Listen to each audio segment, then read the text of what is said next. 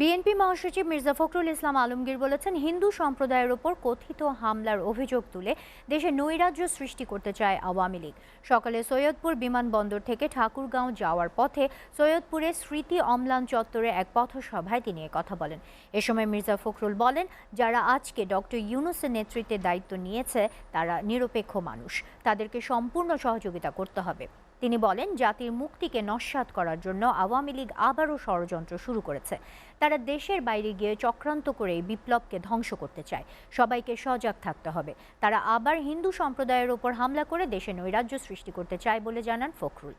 এ সময় সৈয়দপুর জেলা বিএনপি সভাপতি অধ্যক্ষ আব্দুল গফুর সরকার, সাধারণ সম্পাদক শাহিন আক্তার সহ বিভিন্ন পর্যায়ের নেতাকর্মীরা উপস্থিত ছিলেন।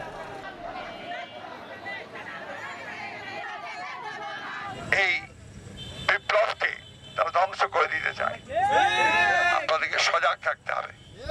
তারা আবার হিন্দু সম্প্রদায়ের উপরে আক্রমণ হচ্ছে, হামলা হচ্ছে, এই অভিযোগ তুলে তারা আজকে দেশে একটা নৈরাজ্য সৃষ্টি করতে চায়।